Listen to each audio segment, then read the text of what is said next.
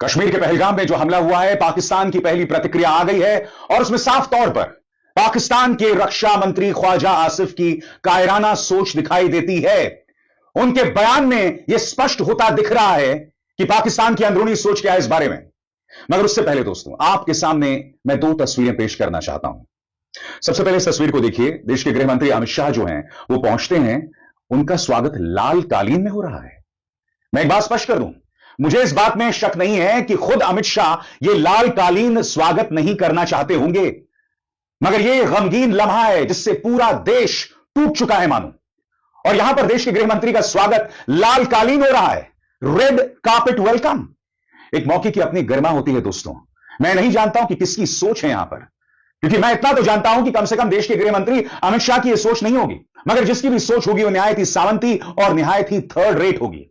वाकई यह अपने आप में एक शर्मनाक नजारा है कि देश के सामने इतनी बड़ी त्रासदी, और यहां पर आप देख सकते हैं कि देश के गृह मंत्री का स्वागत लाल कालीन हो रहा है साहब, रेड कार्पेट वेलकम। एक और वीडियो, इस बार एनडीटीवी का वीडियो है दोस्तों। इस वीडियो में बहुत ही दिलचस्प चीज देखने वाले हैं। इसमें आप देखेंगे कि जिन लोगों के रिश्तेदार मारे गए हैं वो देश के गृह मंत्री से नाराज होकर कुछ सवाल पूछ रहे हैं, मगर मीडिया ने उनके सवालों को गुम कर दिया है। पूरी तरह से ऑडियो को म्यूट कर दिया गया है। बड़ा सवाल, अब लोग शिकायत भी नहीं कर सकते हैं सत्ता से। स्वाभाविक सी बात है दोस्तों, इस वक्त जो सरकार जम्मू कश्मीर में है, यानी कि उमर अब्दुल्ला की सरकार, उनके हाथ में सब कुछ नहीं है। जहां तक कानून व्यवस्था की बात है, वो पूरी तरह से केंद्र सरकार के अंतर्गत आती है। तो स्वाभाविक सी बात है, सुरक्षा व्यवस्था को लेकर लोग शिकायत देश के गृह मंत्री से करेंगे। मगर दिलचस्प बात यह है कि एनडीटीवी ने, या जिस सोर्स से एनडीटीवी को यह मिला है, यहां पर आप देखिएगा आवाजों को म्यूट कर दिया गया है। लोग जो शिकायतें कर रहे हैं देश के गृह मंत्री से, उसे दबा दिया गया है। नजारा देखिए दोस्तों, इससे ज्यादा शर्मनाक नजारा कुछ नहीं हो सकता। He's being dignified and therefore we want to show you these pictures. This was in Srinagar before the Home Minister arrived in Pahalgam. और अभी मैं देख रहा हूं दोस्तों, आज ही सुबह मैंने आपको बतलाया था, भारतीय जनता पार्टी छत्तीसगढ़ का जो ट्विटर हैंडल है, एक्स हैंडल है, उन्होंने एक शर्मनाक ट्वीट किया गिबली की तस्वीर के साथ, जिसमें उन्होंने कहा कि जाति नहीं धर्म पूछा, याद रखेंगे। यानी कि इस वक्त भी यह शर्मनाक सोच सामने उभर कर आ रही है। मगर जो दो तस्वीरें आपके सामने पेश की, देश के गृह मंत्री अमित शाह का लाल कालीन स्वागत, रेड कार्पेट वेलकम, और जो लोग गृह मंत्री से शिकायत कर रहे हैं, नाराजगी इजहार कर रहे हैं, उसे पूरी तरह से दबा दिया गया है।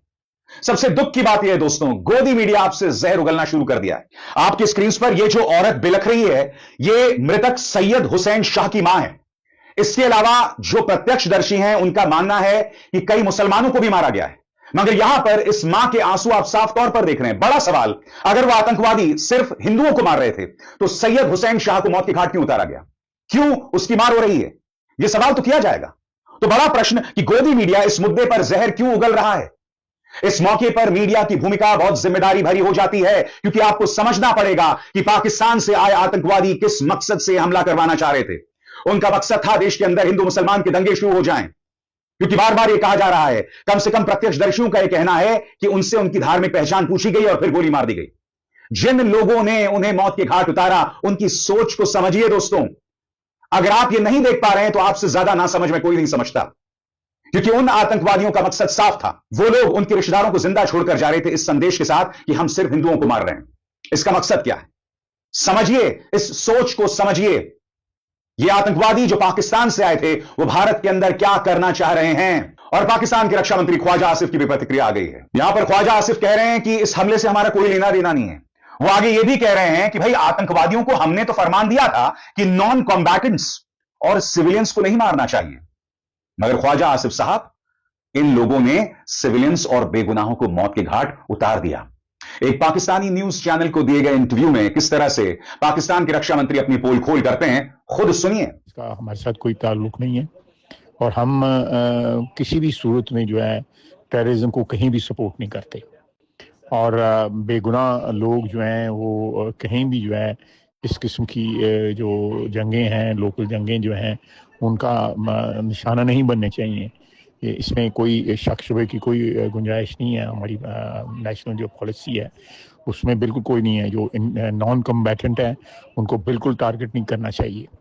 लेकिन अगर कहीं पे जो है फौज है या पुलिस है जो जुल्म ढा रही है, वहाँ पे हिंदुस्तान में लोकल लोगों में जो अपने हकूक़ मांग रहे हैं, जिनके बुनियादी हकूक़ भी उनको मुयस्सर नहीं है, तो अगर वो बगावत कर रहे हैं, हथियार उठा रहे हैं, तो इसमें पाकिस्तान को इल्ज़ाम लगाना तो बहुत आसान है।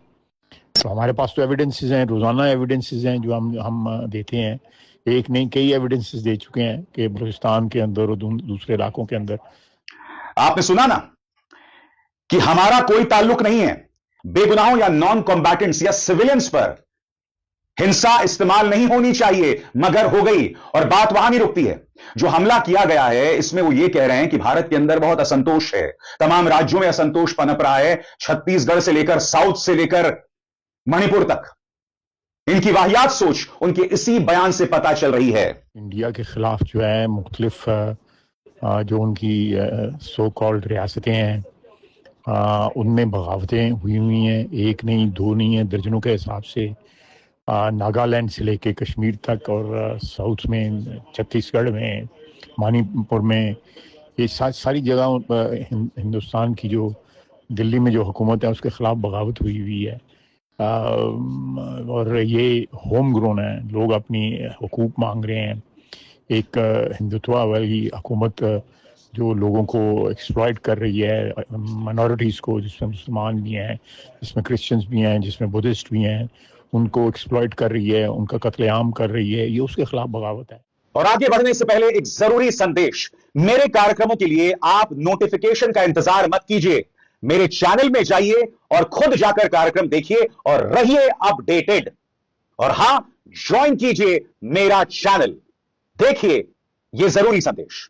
स्वतंत्र और आजाद पत्रकारिता का समर्थन कीजिए, सच में मेरा साथी बनिए। बहुत आसान है दोस्तों, इस ज्वाइन बटन को दबाइए और आपके सामने आएंगे ये 3 विकल्प, इनमें से एक चुनिए और सच के इस सफर में मेरा साथी बनिए।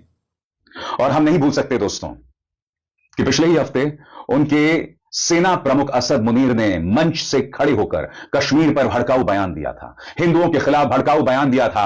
यानी कि सोच वहीं से तैयार दिख रही थी और इस बात को हम नजरअंदाज नहीं कर सकते हैं। सुनिए। पाकिस्तान की कहानी अपने बच्चों को जो है आपने जरूर सुनानी है ताकि वो पाकिस्तान की कहानी ना भूलें। Well, our forefathers they thought that we are different from the Hindus in every possible aspect of life. Our religion is different, our customs are different, our traditions are different, our thoughts are different, our ambitions are different. That was the foundation of the two-nation theory that was laid there. That we are two nations, we are not one nation. So because of that, our forefathers they struggled, mounted that incessant struggle to create this country. Our forefathers they have sacrificed immensely and we have sacrificed a lot for the creation of this country and we know how to defend it. My dear brothers and sisters and sons and daughters, please don't forget the story of Pakistan and don't forget to narrate the story of Pakistan to your next generation so that they bond with Pakistan. दोस्तों आपके screen पर हैं अब्दुल बासित, ये पाकिस्तानी विदेश मंत्रालय के पूर्व प्रवक्ता हैं। उन्होंने क्या बयान दिया है आपकी स्क्रीन पर। मुझे पूरी उम्मीद है कि इस्लामाबाद तमाम अहम कदम उठा रही होगी भारत द्वारा किसी भी तरह की कोई कार्रवाई के खिलाफ। मुझे इस बारे में थोड़ा सा भी शक नहीं है कि पाकिस्तान की प्रतिक्रिया मुंह तोड़ होगी, ऐसा उनके विदेश मंत्रालय के पूर्व प्रवक्ता कह रहे हैं। स्वाभाविक सी बात है, यह जो हमला हुआ है उसमें साफ तौर पर पाकिस्तान की छाप दिखाई दे रही है। इसमें दो राय नहीं है कि एक बड़ा इंटेलिजेंस फेलियर है,